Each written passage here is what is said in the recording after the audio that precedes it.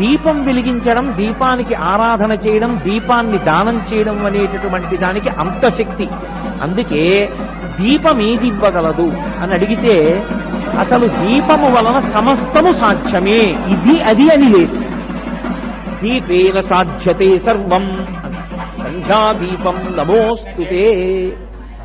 సంధ్య అంటే రెండిటి సంధికి సంధ్య అని పేరు. చీకటి వెళ్ళి పగలొస్తోంది, ఉదయవేళ సంధ్య. పగలు వెళ్ళిపోయి రాత్రి వస్తోంది, ప్రదోషమే. దోషము అంటే చీకటి, ప్రదోషము అంటే చీకటికి ముందున్న కాలం. ఇప్పుడు ఈ రెండు సంధ్యల యందు కూడా దీపాన్నే వెలిగించాలి. ఉదయం వేళ వెలిగించేటటువంటి దీపం ఒక లక్షణంతో ఉంటుంది, సంధ్యాదీపం ఒక లక్షణంతో ఉంటుంది.